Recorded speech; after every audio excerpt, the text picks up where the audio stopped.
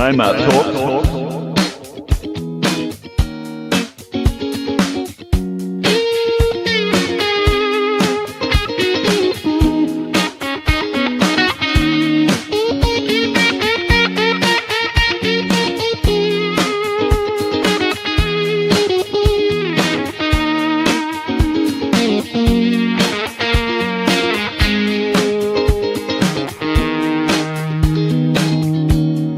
Timeout talk.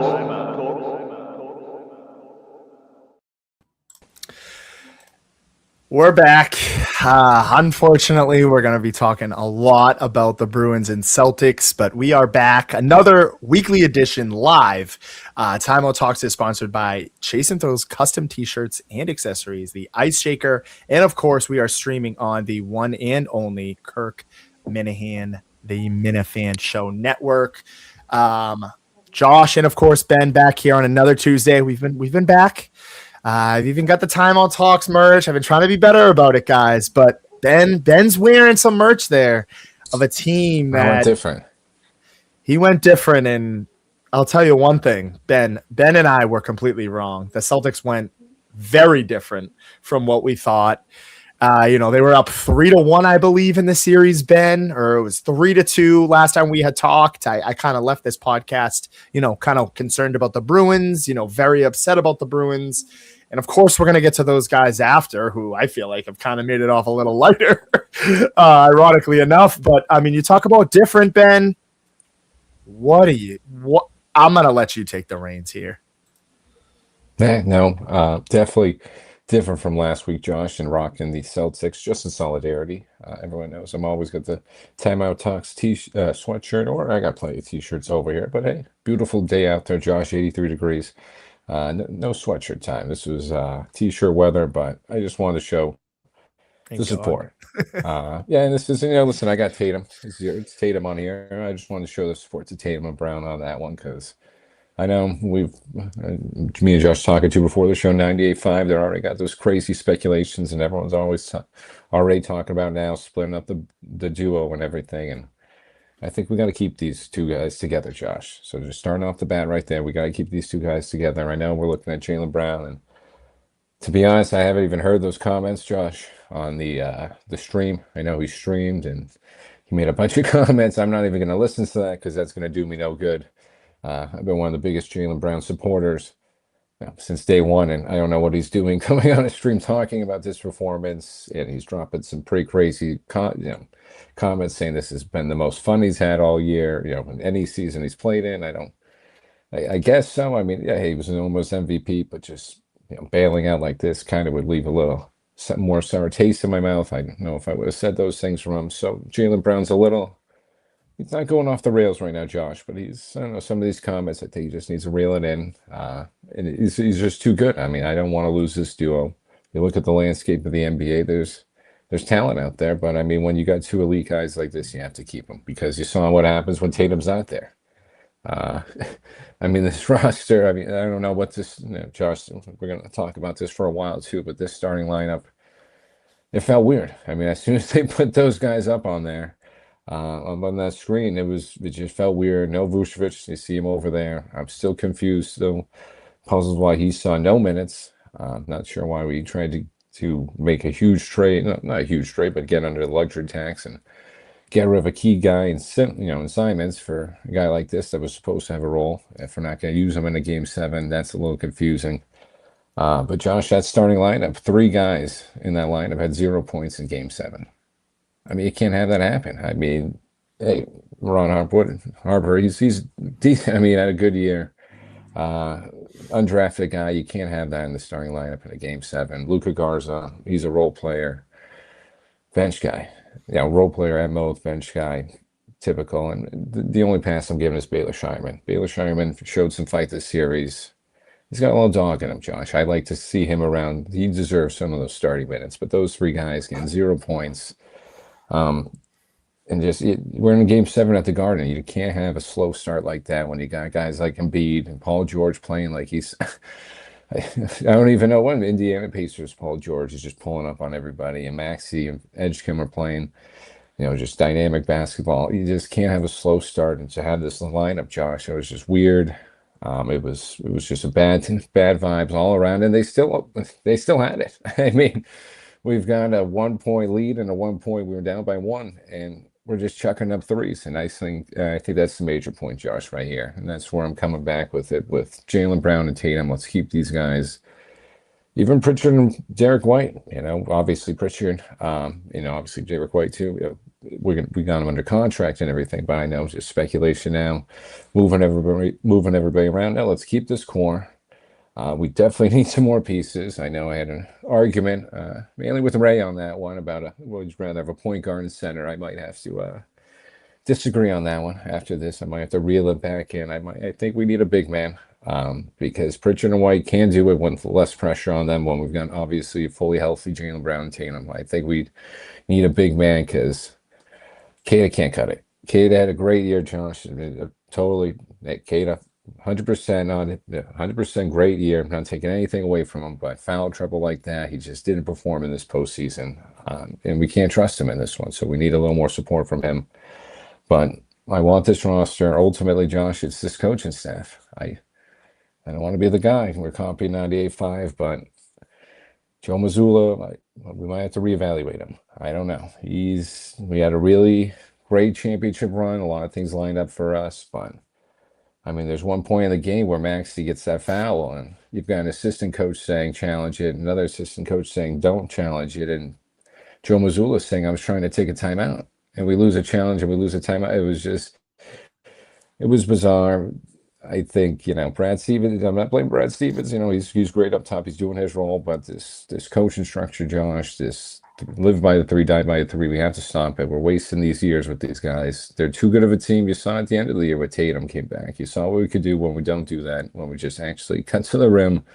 And obviously when you get a 2-on-1, you make that right pass, but sometimes you can just take it to the rim. Sometimes you can get a foul. You got explosive guys out here that can draw a foul. You're in TD Garden. You needed a better showing than that, Josh, and they did. They almost had it too, and that was the sad part. They almost had it, which shows you how talented some of these guys are. But they need a couple more pieces. You're seeing Kristaps and Horford absences, the veteran leadership, like obviously Horford, Andrew Holiday. You're missing from those guys, but I'm going to give it to you, Josh, on this one. But I'm blaming Mazzulla. I'm blaming Mazzulla and the coaching staff on this one. That was going to be one of my questions coming into tonight was, who's to blame, who's at fault. And I mean, there's just so many good points that you made there that I was ready to say too. I mean, sorry, that veteran, no, I'm just going to play off it. I mean, that veteran experience that you're talking about, I think that would have came in handy in game 6 and in game 7. I mean, how many times in game 6 and also in game 7, I think the offense was a little better on game 7. Again, doesn't matter. We lost. But how many times are we seeing guys kind of standing around? The offense gets stagnant. Philadelphia, on the other hand, it was either Maxey, Quentin Grimes made a good play. Drummond hit a couple big threes in that game 6. Joel Embiid was finally last week. Ben and I are talking about how out of shape he looks and he can't. We're kind of following the sentiment of our group chats and just kind of the overall eye test. And what happens? He comes out. He looks a lot better. He's getting the mid-range going. He's backing down Kata. He's backing down Brown. Again, you touched on that, guys. Just complete mismatches. He's annihilating us on the paint. And then you turn to Paul George. Paul George was unbelievable. He's lighting it up. Kelly Oubre had a couple big moments in both of those games. And it was just like, man, we can't stop anything they're doing.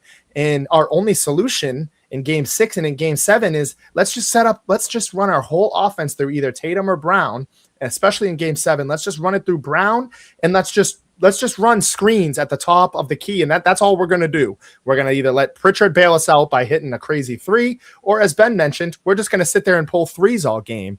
And that's kind of all that happened in that game 7. And you saw more of a collective effort from the 76ers right off rip, Ben. The 76ers looked ready. It was 30-13 or 30-17 in that first quarter. That first run, it was like the whole game, really, actually. It was like we were just scratching and clawing just to score a basket and keep up with the 76ers. And, you see them last night. They got absolutely annihilated. I thought they were going to put up a little bit better of a challenge. And I think it was all fool's gold, Ben. I mean, we came on this show last week, in the month of March and the month of April, and we were talking about how well this Celtics offense had looked, how great it's looked. I still stand on the fact I thought Jason Tatum came back. I thought he was more efficient passer. And then the playoffs came in those little, everything kind of tightened up. Coaching became an issue. Not having a big guy, not having a big man. I mean, Keita, this foul trouble all playoffs. I mean, that's why they didn't start him to begin the beginning of the game. They're thinking, you know what, we can probably make ends meet. We'll throw him in primetime situations. Let's not start him so he doesn't get in foul trouble. As Ben mentioned, let's lean on the guys like the Luka Garzas, who, to be quite frank, just weren't ready. I mean, these are guys, Ron Harper Jr., as you mentioned, in the moment, I'm like, all right, I kind of like it. Some gritty, maybe they're just trying to switch things up. And then, 20 minutes into the game, I'm agreeing with you on it, where I'm like, why would they do that? Vucevic, I got the answer for you. He can't guard it. He cannot guard his own shadow. I mean, he is quite literally the worst defender I've seen on the Celtics in a very long time. All teams would want to do is just put him in the high pick and roll and just annihilate him. Like, either they're going to go to the basket or they're just going to step back and pop a three right in his face. So I think that's why they didn't start him. And back to your original point, they've made some questionable decisions. I'm going to go back to this too. Like, I think we put a lot of stock in Jason Tatum being back and being healthy, and everything was exceeding expectations this season for that. That didn't turn out so well. They went out, they traded Anthony Simons, who everybody thought initially, James had said it himself, I'm going to give him a huge pat on the back. He said, don't get too attached. They'll ship him out by the deadline. He'll be a piece that they want to get rid of. They do that. Then they try to address the center situation. They don't bring in the right center. So they didn't evaluate well with that. And then Keita, I mean, Jerry all season, I finally was starting to buy in. And then I'm watching the series and I'm like, he just can't do it. And again, Joel Embiid is a great player when healthy, but this has been a glaring issue even before that. Last year, Cat was killing us and we couldn't out rebound the New York Knicks, But I think to your point here, I'm kind of rambling as well. I think they need to keep the core. And I do agree with a little bit of 98.5 and the fact that somebody's got to talk to these guys. I mean, there's always something. I think Jaylen Brown needs to stop with the comments. I mean, he's going at the refs, saying this is the best season he's played. I did say on this show I enjoyed this team more than that championship team just because that team was stacked.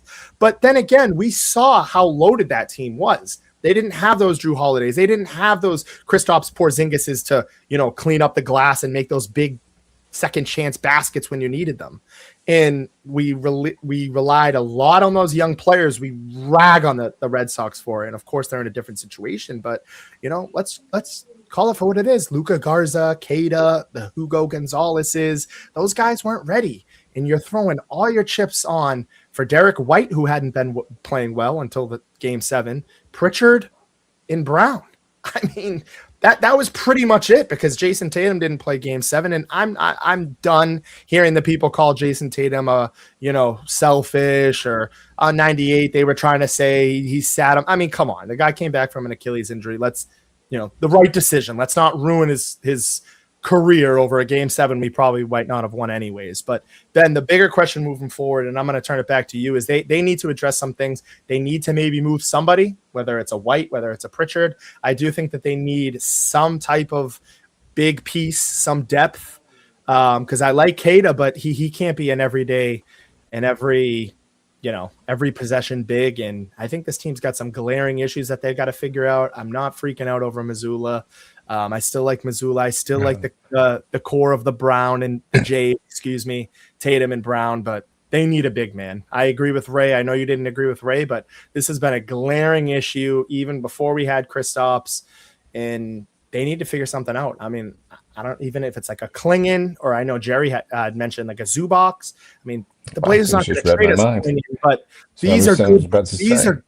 These are great. These are great centers that I think would like those type of play styles is what I think would fit the Celtics. Even a Drummond. I mean, just to go out there and be aggressive. I mean, this guy, I think he's had a great role for the 76ers. So I digress, but I think it's just I actually was going to come on the show today and ask who's to blame here, but I think it's the Celtics fans and I think it's us. I think it was all fool's gold. I think we bought way too into it. And, we relied on Jason Tatum to be fully healthy when, let's call it, this was the first time we've ever seen somebody come back this early and on cue and look that great after an Achilles injury. So that was a big glaring issue. And I think if you're going to blame it on Jaylen Brown, I know Jared and, some of the crazy Celtics haters, but the net ratings and all that. Jaylen Brown's proven that he could be a guy here. I know you've been a big fan, and let's not forget he won a Finals MVP for the Boston Celtics in a series that Jason Tatum didn't play his best in. So I'm more of a Tatum guy, but you got to keep the Jays in. You got to move something. You got to bring something else in because the team's kind of been the same for the last 2 years, and they've got some pretty big holes that they need to address. Yeah, I look at that. We're in sync right there. I was about to say that Zubac, excuse me. That's what we should have shelled. We should have shouted out a little more. They were a little hesitant on giving a couple first-round picks for him. You saw the difference between him and Vucevic. If Luka Garza, that's a great point by you, Josh, right there. If Luka Garza is impressing you more on the defensive side of Vuce, that's a problem, man. It just showed you. These guys are just, and I like Josh taking the accountability too. I wasn't going there. I'm blaming Missoula. I'm blaming the whole coaching staff. Josh is taking accountability. That's good. It was a little fool's gold. I won't lie to you. I agree with that. It was, hey, the Shire men. So these guys are good, but look at that. I almost called them Derek Harper, but the Ron Harpers, these guys, and Shireman's legit. Everything. But the Harpers, the Garzas, Hugo Gonzalez is good and everything. He had a good game in there too, but these guys can only take you so far. And you just need more pieces. Yeah, these guys are great. It's cool. It's a fun season. Like Josh mentioned, this was fun watching them. This was watching Hugo Gonzalez drop 20 points. Pritchard dropped 30. These guys have their own games and everything like that. But it's we need some other pieces. I know they were flowing out Sabonis. That was more, hey, let's go Red Sox. Roman Anthony just got hurt, so it's not. It's not good for the Red Sox. Yeah, and who cares about the Red Sox? A little tough time. Boston, you can go through tough times. It's all right. It's not like we're going through crazy. We're both still in the playoffs, and most teams would kill for that. Most cities would kill for that. Have a couple teams in the playoffs. It just stunk. We got a little higher expectations over here, Josh. But no, there's another. I think you summed it up perfectly at the end, right over there. Just. With the playoffs, and this is where I get on Missoula and everybody. This is why I give them the most sort of blame with everything on this. I know you were looking for that. That's why I sort of give it to them on this. It gets tightened in the playoffs and everything. Defenses play better. Everyone's actually guarding threes now. Coaching gets a little more sharper. Everybody's trying a little more harder, and they're actually trying. I should say they're not trying a little more harder. They're actually trying now, and you're seeing guys like Embiid come back from injuries and just give it. He's look at him, give it his all. He's on the floor. He's stretching.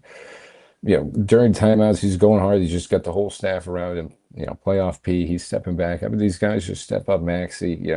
They get the intensity. They want to play in the Garden. They want to upset our fans, and these mathematics and the numbers games just don't add up. You can't equate that, and that's the Missoula ball. That's Missoula. Just check up. If we check up this many threes, or we drive to the hoop this many times and get the open shot, we should be able to win. And that just doesn't happen in the playoffs sometimes, and you've seen it in these series where we've lost to inferior teams. That Heat team a while back, the Bucks years ago. Kyrie. There's just a couple of series that you point to where we've had better teams and we just lost because of this stuff. Maybe not that Bucks one. Maybe I threw that one out there, but there's a little something on there too. But I think we got to figure out something too. Mainly like what you said, we got to get it big, but we got to figure out this. If we're not hitting threes, we can't live by the three. We can't die by them either now. If we're not hitting them, we got to figure out a plan B. Because we've got the talent. JB, just send these guys to the line. Just drive to the basket every time. And Derek White and Pritchard, you got guys like that can step up too. You saw Derek White step up in Game 7 big time, Pritchard too. You've got other guys that we can rely on when it's just not all on them. And Tatum and Brown obviously haven't been healthy over these past 3 years either. So that's been a little problem too. But I think they just need someone else to alleviate the pain and alleviate sort of just this long season that you got to go through, which Horford and guys like him and Chris Dobson, who Holiday helped out, and now you're seeing sort of the difference with that, Josh. But now we both had a rant a little about them, and it's because it was a little more disappointing. Obviously, the Bruins, they just they kind of showed you too on that one. what you said about sort of fool's gold and everything. That was kind of a little fool's gold this year. A little tough to go out that way and everything. McAvoy with that little stick check at the end was a little dicey. I know he got a little tripped up in there. That was a little dirty play from the Sabres, but maybe even a little dirtier from him on that one. But we can definitely touch back. If people want to touch back about the Celtics too and get some yelling out about them too, we can touch back. But I think for the Bruins, Josh, it was just, this is who they are. They always find a way to get the hopes up somehow. Great game 5, and everything like that. And just, you collapse at home. I called it. I don't want to just toot my own horn right there and everything like that, but I called it. They just know how to let us down. Look at those fans, Josh. I mean, you just feeling you got a chance, and I know we went down early and everything, but you get that goal, and it's just like, all right, 2-1.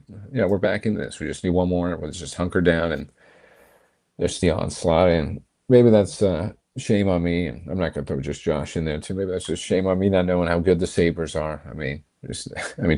Tage Thompson's just unreal over there and everything, and they've got a solid squad. So, how far are they going to go? I'm not sure. I think Carolina's a little wagon over there. They're looking like they're running away with it 2-0 against the Flyers. And even the Avs on the other side. That was a crazy game. Game 1 to start off with. I think it was like 9-1 against the Wild. But I think it just proved to you that, hey, the Bruins aren't ready right now. And we got to figure out a captain, Josh. We got to figure out someone who's going to lead it, because Swayman's not doing it, and Swayman proved himself. I think Swayman had a good series. Not much he could do with that defense and what's going on in front of you. He made the stops. He stood on his head for as long as he could. But I'm looking at guys like McAvoy and Pasternak. Who's going to take the captaincy? Because it's not either one of them. And now they already got the whole list of the injuries, Josh. I guess Pasta's been playing with, I think he's got a fracture in his foot, or McAvoy's got a fracture in his hand, and someo's got a pulled groin, and it's like this whole list of just excuses. Yeah, it's just a whole list. It's just I might have got wrong. Yeah. I might have got some of those wrong, but those are some of the injuries that they floated out over there, and it's just coming out now. But that's where you get the little aggressiveness too from Josh, from everybody, because they're already making excuses. It's just like, listen, let's just admit you lost. We don't need to hear about all this stuff. And hockey is the toughest sport. These guys are tougher than I'll ever be. They break every bone in my body, but we don't need to hear it now. You blew it. You blew it. You had your chances in the series, and you couldn't deliver on it. And the Sabres did. So you gotta give the hats off to the Sabres. Don't like having those fans win, Josh, but you gotta do it. And the way that they won, to come into the pro shop and dance around and beat up dummies outside of the Garden was just absolutely asinine. We talked about this last week. I thought the Bruins I knew they were going to pack it up at some point. I thought it was going to be in game 5. Ben was right. They came home. Ben nailed it. He was like, they'll win game 5, but they'll be done game 6. And he was like, yeah, you never know. But they gave it. Yeah, it was close. They gave it all they could go. Tage Thompson, Darlene. They got a couple other guys there that, again, I'm not too well versed on them. I thought their goaltender played very well. But yeah, a couple. They've got a good defensive pairing over there. They've got some good scorers, some good goal scorers, and hey, they find themselves in a very challenging series right now. I think at some point Carolina's got to figure it out. But the Bruins, it's the same old song and dance every year. It's been since 2011 since they've won a championship. They've made finals appearances, losing to the Blackhawks. They lost to the who am I blanking on? Who did we lose to? The Blues. We lost to the Blues in that very sad one, that game 7. I'm pretty sure it was in Boston. Just, you can't make it up. And Ben, same. It's a little different for the Bruins. We talk about blowing the core up for the Celtics. It's got to happen for the Bruins. McAvoy is the key guy he goes out, makes a great play, gets hit in the face, and then he's out. That's his thing. I'm going to go out being a warrior so I don't have to sit there and get embarrassed with the rest of my team. That's his MO. Like Tyler said himself, the diehard Bruins fan, it seems like his best hockey days or when he's not playing for the Bruins. It's Team USA or, in that Team USA versus Canada game, or even in the Four Nations, he played great. And even in his earlier years, I know he had that huge game winner against the Maple Leafs in Game 6, however many series back and years back. Might not have been a game winner, but it was a big moment. Anyways, I digress. They've got some major issues. I said this last week. They've gone all out on their defense. Doesn't seem like it. They've got Hampus, Lindholm, Zadorov. I mean, they've got to consolidate. They've got to trade some guys. I don't even know if consolidate's the right word. I just don't think they're talented enough. In the National Hockey League, you need the Nathan McKinnons, you need the Cale Makars, you need the Lander Skoggs. Like that, these are all stacked players on that Colorado Avalanche team, and I'm still forgetting a few other players. They've got a great goaltender as well. And that's another thing too, Ben. You said how great Swayman's been. I mean, statistically, me and you said it. And then the next week, they gave us a stat, ESPN. Goaltenders are not even as important as they used to be. I mean, the save percentages have gone down in the National Hockey League. So again, I even disagree with Ben. I don't even think Swayman played that great. I know the national broadcasters and everybody was trying to give him a pat on the back, but I mean, at the same rate, I think you gotta strap on, and hey, if you're this great player, you gotta make some saves too. But they've got tons of work to do. They need a legitimate coach. It feels like Strum is literally just a replacement coach. I always loved Bruce Cassidy. I think they need something like that. They need some type of guru to come in here, be strict on the players, and really like old school hockey. I think hockey is the most hard-nosed sport of everything. You got to have a strict coach. You've got to have like a John Tortorella. I know he's been shifted around the league like crazy, but again, the Boston Bruins have a lot of work to do, and I think somebody's got to go. And I think the only one who's safe right now is James Hagan and David Pastrnak. I mean, I know everybody says, oh, Pastrnak sold it, but I mean, he hit your only goal. He hit your game winner in Game 5 for you, and he also was your only one to score in Game 6. So I'm done blaming it all on Pasta. They've got tons of work that they've got to do. I mean, I don't know. I don't know who it is. I don't know what they bring in, but they got to figure it out, Ben. And a lot of these third line guys that we thought were going to emerge to be second round talent, they're just not what we thought they were. And clearly that defense isn't what they thought it was. And same sentiment for the Red Sox. Bye-bye Neely. Bye-bye Sweeney. Like clean house for the GMs. You got to bring in some new guys. I mean, what the hell? Like it's been way too. I'm saying 5 years overdue for those guys still in office. So I've been completely done with those guys. I think they do lip service. The fans want them to go out and get defense. They go out and get that, and then they just throw their hands up and blame it on the guys on the ice. So they need to go. The Bruins need to make some moves, and we'll come back to the NHL a little bit, and we'll come back to the NBA playoffs. But I mean, I don't know, Ben. It's just not feasible. And this is the only guy who's really doing anything out there. And I like Morgan Geeky, but those guys we inflate all the way to the moon. And then in big moments, I don't know. They all go missing. I can't do it anymore. And I mean, everybody gave Tuukka Rask tons of flack, but I don't even think Swayman is 75% of what Tuukka Rask was. And I truly believe that. There you go, cleaning house. Let's go. He wants everybody out. I mean, I'm not opposed. You do need to just switch things up a little, and that's how you kind of switch the culture up. You got to get some of these guys out of here, and like Josh said, I mean, we keep getting these new guys in, and everything's just kind of the same results, and we haven't, seen victory since 2011. We've been there a couple of times and all that. It's been cool. It's been cool and all, but I mean, it's just always been that disappointment. And as we were talking about the Celtics with it, it's kind of different seeing them lose at the Garden, and that's why I think it hurts. It hits a little harder because you never see that. You never see a team come in there and start dancing on you like the Sabres were doing to you. But I don't know. I know Josh was upset. Yeah, it stinks. But I mean, I kind of expect it with the Bruins. You expect them to blow it in these situations, and maybe I'm adopting Josh's take for the Celtics. Maybe that's lazy of me, but I think I'm just going to take that for the Bruins. It was just fool's gold, and I blame the fans for that one because we should have seen it coming on this one. Thank you, Josh, for that. Dullian, that was another good guy. Yeah, like I said, we're not the best hockey guys out there, but I just remember seeing he was just electric out there, and they've got a bunch of goal scorers, and just they're just faster than us. You can just see it. They just got better skilled players. They're just skating around us. They're just rotating around the zone just a lot better, and they can get chances on us. I mean, they outshot us in the first couple of games like double, and they just couldn't. And Swayman was staying on his head, and that's what kept us in it. And yeah, eventually him just breaking down, the defense breaking down. And that's where me and Josh will disagree. I'm going to give Swayman a little slack. I'm going to cut him a little more slack on this one. That defense is just horrendous sometimes. I mean, you got guys like Charlie McAvoy just turn the puck over and just right over to the other side. I mean, you just turn it over right in front of the goalie.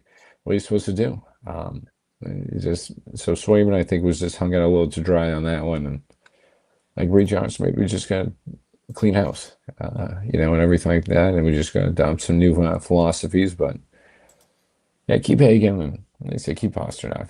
I'll keep those guys. I think that's the two good ones. Even though I was just defending Swayman, I'm not gonna go crying. I'm not gonna go crying over Swayman being gone because, like you said, it's the goalie is just kind of one of those positions that you really don't need a great one for. You saw what happens in the Sabres one. First guy just got shelled, and you get the other guy. And I think it was Peke Lunan or however you pronounce it, and like that. And hey, he stepped up. You go with the hot goaltender.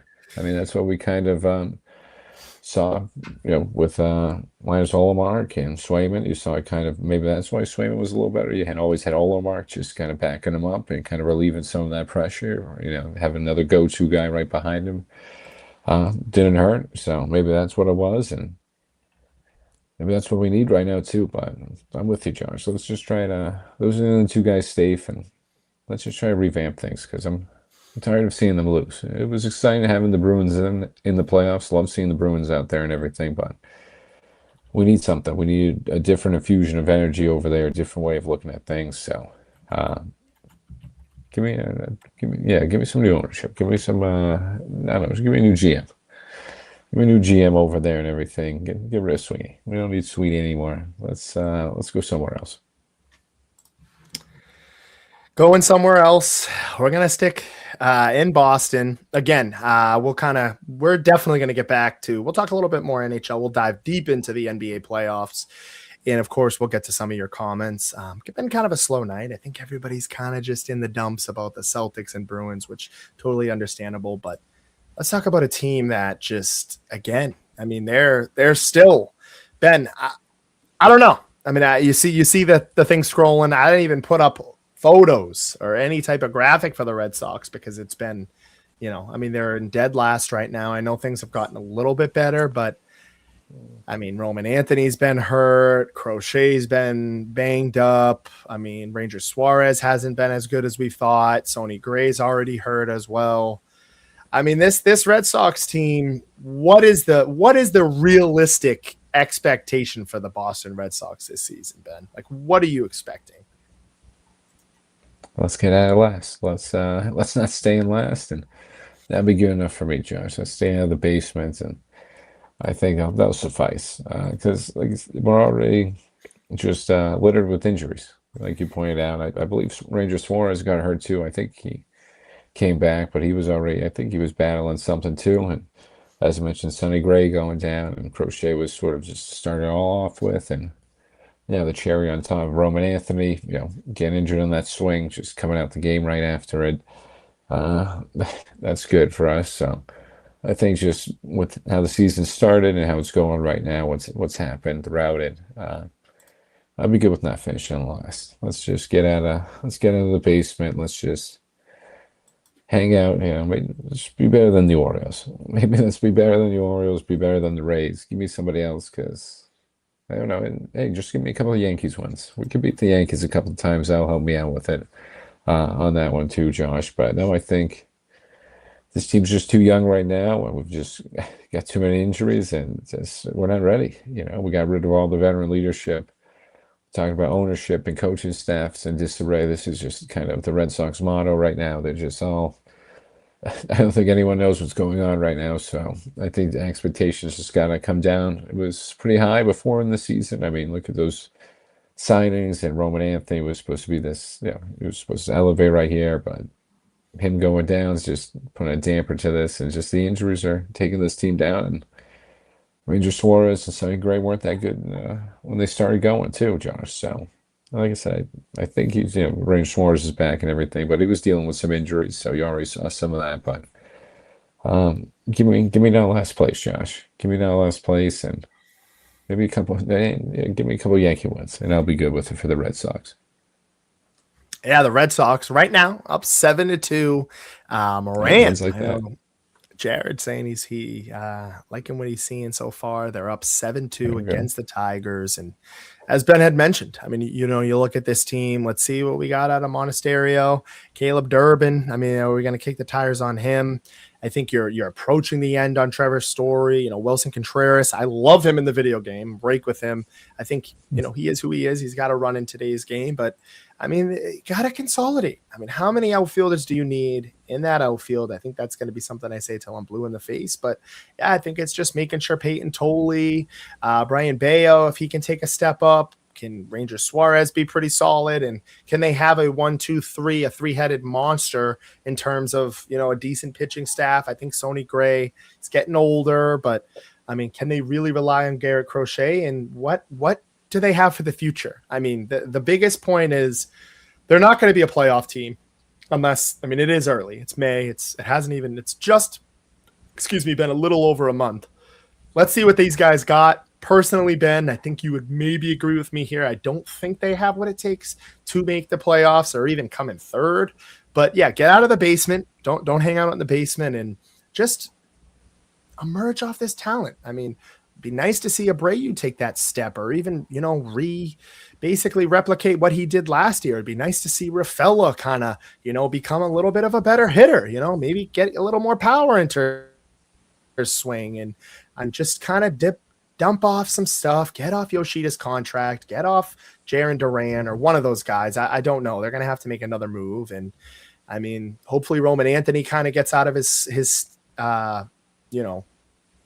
slump. But yeah, like you said, I mean, you always want to take a few games against the Yankees, and I mean, it's the Dodgers year to take. I will say that, but I mean, the Red Sox, they got, hey, chip away. Even if it's 2 out of 3 series and you find yourself eventually up to 500. I mean, I was just looking, I think earlier today. I mean, look at I got to make sure, but I'm pretty sure it's the National League. I mean, the Central. I mean, the Cubs are 23-12. The Cardinals are 21-14. Reds are 20-15. Pirates, your Pirates, my guy Paul Skeens 19-16, and the Brewers 18-16. So I mean, these guys are. I mean, every team in that division is above 500. So if the Red Sox can just do that, and right now they're right about the bottom of the barrel with the Mets and Phillies and some of those other teams that have really struggled. But Ben, they just got to take some of this talent. They've got to attach it onto next season, and just like Ben said, don't finish in the basement. Let the Orioles, let the Blue Jays, Rays have been playing pretty hot. They always find a way, but I mean, we try to be the Rays. We're trying to be the Boston Rays. I mean, we're trying to just use a little bit more salary cap and, a little bit more star power and try to figure it out, but they can. And another organization that has terrible GM. I think the only one of these teams that has been eliminated and is in a bad spot right now is the Boston Celtics. And they actually have a good GM, I believe. It's just kind of been some weird stuff going on and, just hasn't been able to translate. But to the Red Sox, I think the expectation is to just emerge talent, grow talent, and sell at the trade deadline and try to get some prospects. Well, and Josh, you laid out that lineup, and it looks all good on paper. Before the season looks exciting, and hey, the range, the pitching staff is a little more bulked up now, Sonny Gray and Ranger Suarez, but once it comes to actually playing baseball and comes out there and the season and everything, we're just too young. And the pitching staff, like you said, is a little too old now. I think we were looking basically maybe some of the highlights from a couple of years ago or something. And I don't know, maybe as you pointed out, maybe ownership is paying a little more attention to Liverpool and not paying as much attention to this. So they're just trying to get some signings to us to appease us. And hey, you want pitching? Hey, here you go. Here's some pitchers. You want some hitting? Here you go. We got some young guys out there now. But they got rid of the key guys. You need the veteran leadership. You need the Bregmans. And I mean, I know it seems like you didn't need him, and obviously it's a little Captain Hindsight on this one, but you need the bats like Devers. Obviously last season worked out without him, but now you're starting to see it uh, all fall on Roman Anthony. He can't handle it right now, and it's already kind of breaking him down a little over here. Yeah. Who knows if it's I'm not throwing it all on him right now, but it's tough for him. I mean, he just signed a huge contract and just threw all the expectations on the Red Sox on him, and you get rid of a guy who was cited and Bregman being a huge role for him in his development last year. And you get rid of that guy, and like I said, Devers. I know he got his shot from Devers being traded, but I mean having a bat like that would be there. We go. Let's go Buffalo. Yeah, I don't mind rooting for Buffalo. Those fans are a little awful, but hockey right now, I wouldn't mind seeing a little Sabres run. Maybe they'll give us a little something to rest on for the Bruins on that one. But no, Josh, I think for the Red Sox, yeah, this is perfect. Just get out of the basement. Get out of the basement. Get some of that talent. Find some of these guys who are going to be able to support Roman Anthony, Rafaela. Can we figure something out with him? Marcelo Meyer, what's going on? And I know we'll just keep saying this one too. I know you said you're blue in the face with this, but I mean, come on, we gotta get rid of some of these outfielders. I mean, we should have traded Durant after the MVP. Sold high on him. Good point. I think that would have been the best value for him. Again, Captain Hindsight coming in here, but you just got too many. We got too many. You only got three out there. And, if Roman Anthony's going to be that guy, he's already got one. It seemed like we liked Durant, but I don't know. Now we might be shocked. Who knows? Yoshida, we've got so many guys out there, Rafael. We got to figure out something out there. So, I think those are just the three main things. Get out of the basement, find some talent, and get that outfield situation sorted out, Josh, because we need that figured out as soon as possible. Yeah, Tony getting back to it, and Tony's going to lead us right into it. I mean, you talk about – let's dive a little more. Again, Ben and I aren't the most well-versed when it comes to hockey, but Ben, I mean, I'll try to beat you to the punch here. I'm looking at these NHL playoffs, and the two teams that I like, I mean, you can't. It seems like the Vegas Golden Knights are always in it, but I got to go with the Avalanche. I think the Colorado Avalanche, they've done it before. They're just absolutely stacked. I mean, Nathan McKinnon, as I've mentioned, Cale Makar, probably one of my favorite players, if not favorite player who's not a Bruin. Actually, no. I like Crosby, but favorite defenseman probably in the league, even over my defenseman because they suck. But I'm going to go off on a limb. I'm going to say that the Carolina Hurricanes finally find their way in. Sorry, Tony. I know you want to hear that Buffalo one. You've had some stock in that Buffalo Sabres team. But hey, I think you will see the Sabres beat the Canadians. I like the Canadians, but this is going to be a good old up north battle. I think the Sabres take them in 7. And looking on the other side of things, I like the Colorado Avalanche meeting up with the Vegas Golden Knights. I like the Ducks, but again, it's like the Ducks in the Wild. They're always like the Ducks, the Wild, and the Hurricanes. They're like always like in it, but they just they can't like quite get over that hump. So I think we see a nice little rematch of the Avalanche, Vegas Golden Knights. Those two always meet up, and I think it's going to be the Buffalo Sabres and the Carolina Hurricanes, and it'll be the Hurricanes in the Avalanche, and I've got the Avalanche winning the whole thing, Ben. Easy way. Easy way out. Come on. I knew he was going to go Avalanche. So, hey, like I had to beat you to it. You got McKinnon, you got McCarr, Landeskog. I mean, you got guys, and as we mentioned, we're probably missing some of the guys on that list too. But no, they just got unreal talent. Scoring 9 goals in that first game was pretty crazy. Tony, Carolina's got a pretty crazy home environment over there. Already taking 2 out of the Flyers. They dominated first game, Carolina, but the Flyers gave them a bunch. They had a fighting chance, I believe, and it went to just 1 overtime. They won in the final seconds, I believe. But I mean, hey, the Flyers came back. They proved why they were here too. They got a bunch of young talent over in Philly, and they brought it to Carolina, but. Carolina usually is known for their choking and everything. They stood strong, so I think it's a little different Carolina team out there. See, there we go. He knows. Yeah, they're known for it. I know they're known for it, but I think the Hurricanes just, looking at that other side too, I believe I believe it's Montreal. Yeah, it's Montreal Buffalo in that one. With Montreal winning that. Yeah, I mean, I don't really trust those teams. I don't know, to be honest. Yeah, I don't really I know I just said the mini Buffalo run wouldn't be awful, but but I mean, am I going to trust those guys over Carolina? No, I'm going to take Carolina on that one. So I agree with Josh. I think Carolina comes out the East, and just to be different, I'm gonna take Vegas. I'm gonna take Vegas, Josh. I think Vegas comes out the West. They had some crazy games against They the could. Mammoth. Yeah, no, I mean some of those, they couldn't, but just more so, I was watching some of those games late night. Hey, crazy games against the Mammoths. I mean, I think there was two double overtime games. It's like four overtime games in total. Uh, Obviously, probably going against my prediction. They're probably pretty tired now, but kind of wore them out. But no, I think yeah, they proved me wrong on that one. Just getting that dub to start off with against Anaheim, and like I said, Anaheim. I don't really know too much on Anaheim right there right now. Edmonton, I think they took advantage of an injured Edmonton team. No Draisaitl. McDavid sustained an injury in that series too, so I think they just took advantage of an Oilers team that was a little too injury depleted right there. So I'll take the Vegas Knights coming out the West. I got Vegas, Carolina. Give me Vegas to win it all, Josh. Let me just say it right now. I'll take Vegas. Wow. Ben likes Vegas. Tony likes those Sabres. We Tony will Sabres. He's got them Sabres. We'll remember.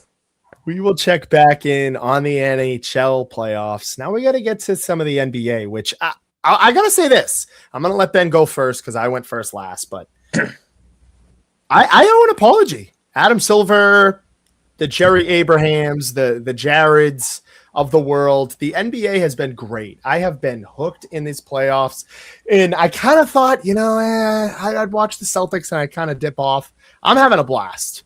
Whether it was that Lakers Rockets, some of those very good games there, that Pistons Magic. I mean, two teams that I could give two craps about, but again, put on a great series. I mean, the Magic again find a way to screw it up.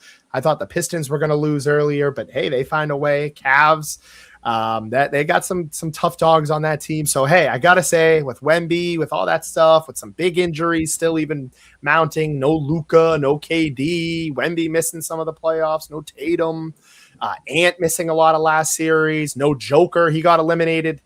I mean, there's tons of storylines, and I got to start off before I turn it over to Ben. I think that these NBA playoffs have been fantastic so far. So as much as the league's done a pretty bad job of keeping me entertained in the regular season, I think the playoffs are really owning up to some of the hype. Totally agree, Josh. And I'm not always agreeing with Josh. I try to differ for the show and everything, but no, he said it perfectly right there. It's just I came on here with the NHL playoffs being better, it's more intense and everything like that. And I don't know, maybe it's just this year and some of these series, but I think the NBA's been better so far. As you mentioned, I mean, Lakers Rockets. Had some classic games. I mean, the Rockets blowing that lead in 30 seconds, blowing a 6-point lead in 36 seconds. You didn't think you'd be able to see that. LeBron turning back Father Time and hitting that crazy shot to send it into overtime that game, but him just controlling that whole series. Yeah, you can't. I mean, everyone doubted him. Oh, yeah. I mean, Marcus Smart, too. I mean, Marcus Smart's over there. I love seeing Marcus Smart putting up 20 a game over there. I mean, it was just crazy seeing him do that. And I know you mentioned those Magic Pistons. Obviously, we don't like to say, but Celtics 76ers, great first round series, not the result we want. But I mean, Raptors Cavs going 7. Knicks Hawks. I went 6, but that was obviously a little trouncing that last game 6, but that was a lot closer than that game 6 led to that whole series. That was tight for the Knicks. It was looking a little bad for the Knicks at some points, and even Trailblazers Spurs. I mean, Wemby going down, Trailblazers headed 2-2. So I mean, all these games 1 through 8, all these seeds have been close series. We usually see those 1 through 8s get swept or gentlemen swept, but no. I mean, hey, a 2 seed lost. We know that. We know that a 2 seed that lost in the playoffs right now. So it was great parity throughout it right now. It's just been great basketball, Josh, and that's sad.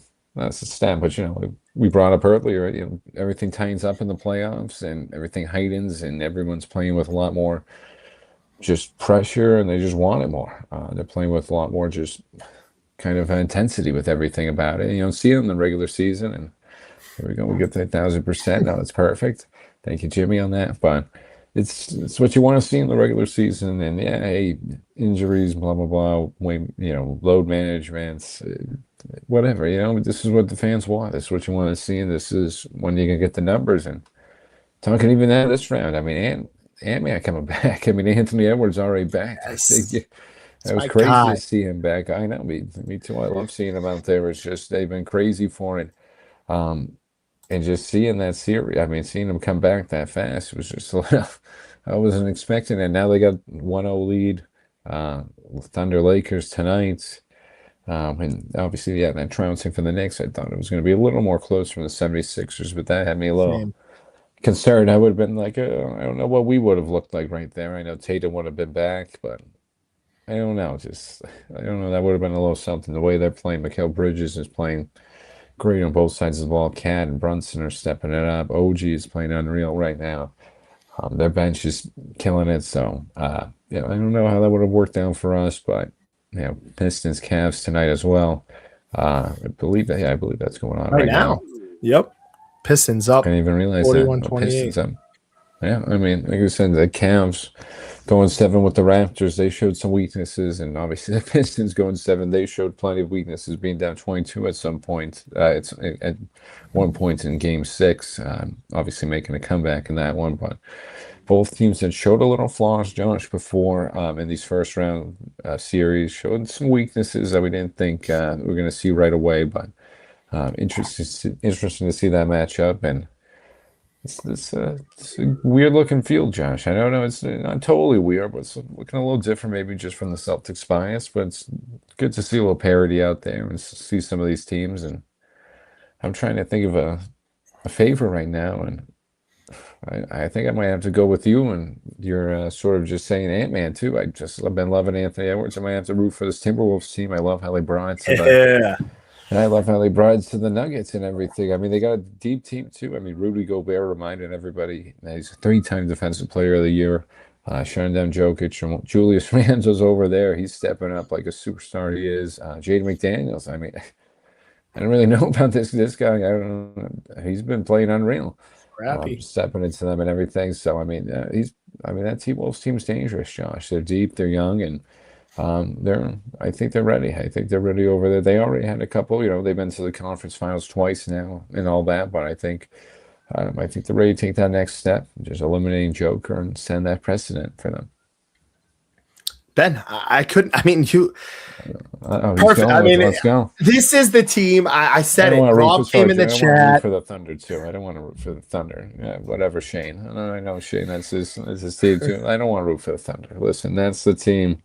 I'd see everyone else win, but I don't want to see the Thunder. Give me anyone else. It's funny. So the Thunder don't bother me, but the Wemby, I do not want to see the Spurs win. Wemby. I know I like Wemby, but he's not a GOAT. He's the greatest prospect we've ever seen. Like, it's just, you're forgetting about LeBron. You're forgetting about Jordan. You're forgetting about, even Zion was super touted coming into the league. Again, Wemby's better than Zion, but I digress. Loved what the Timberwolves did to them last night. I mean, that's the team I'm kind of rooting for. I don't want anybody in the West. I've already seen the Thunder win. I'm a huge Shea guy, so the Thunder I'm okay with. I'm really all right with them. I don't know what it is. Something about the Celtics fans. They're not crazy about the Thunder. I mean, I like them. I'd like to see them beat the Lakers, but as Ben mentioned, I mean, Father Time, LeBron James turning it back. I mean, he's been unbelievable without his side piece there, or I should say counterpart, Luka Doncic. Marcus Smart's been unreal. Ayton's been playing some good minutes, but I mean, the Western side of things, I'll come back to that because I could not agree with you anymore with the Timberwolves. I was watching that game last night and I'm like actively rooting for them because I'm like, they're just such a fun team. They're scrappy.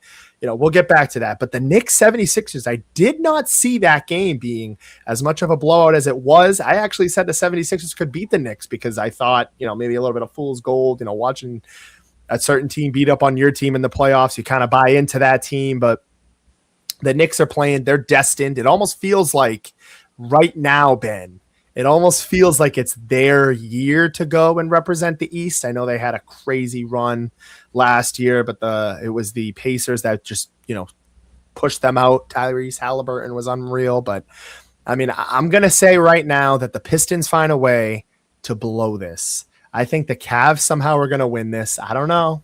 I think the Pistons are just young. I think they're a gritty team. They don't have a ton of talent. I think the Cavs have a little bit more talent in Donovan Mitchell and James Harden.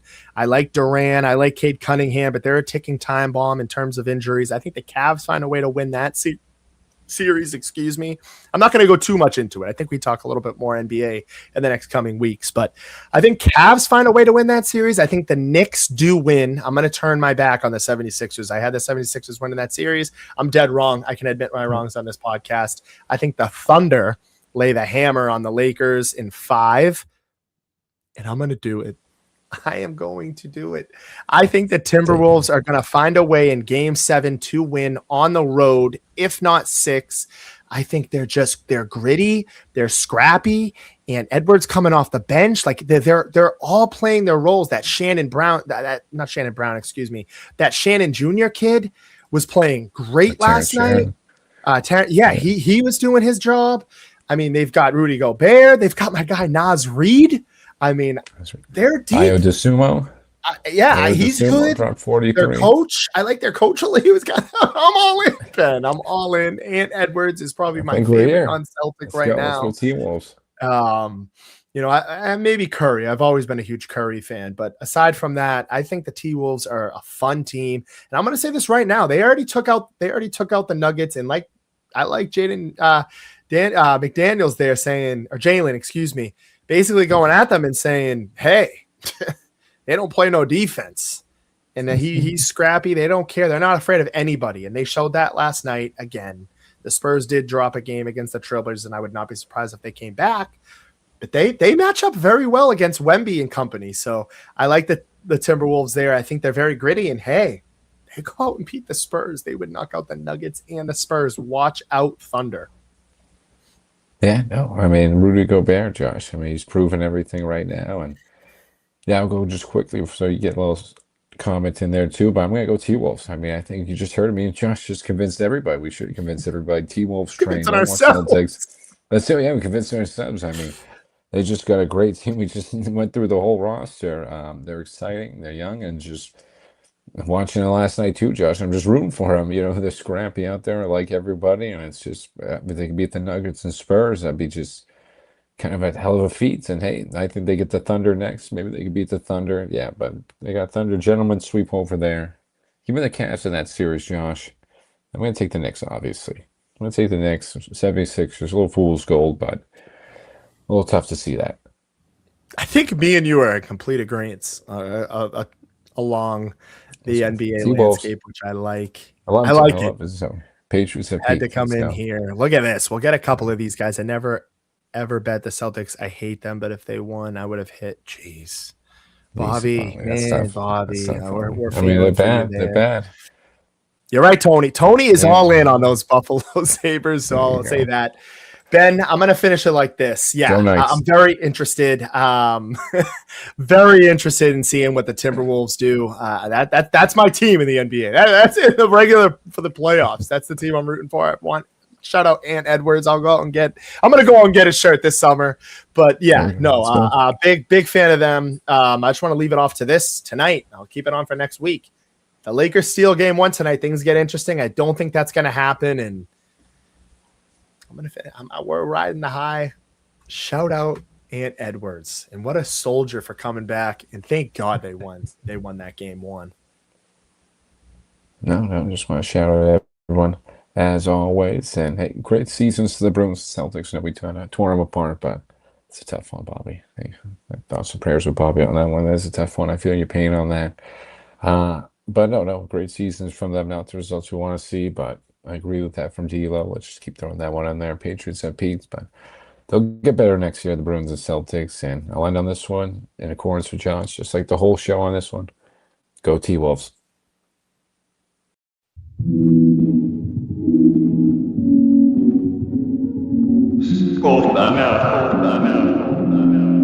Time out, talks. Timeout talks.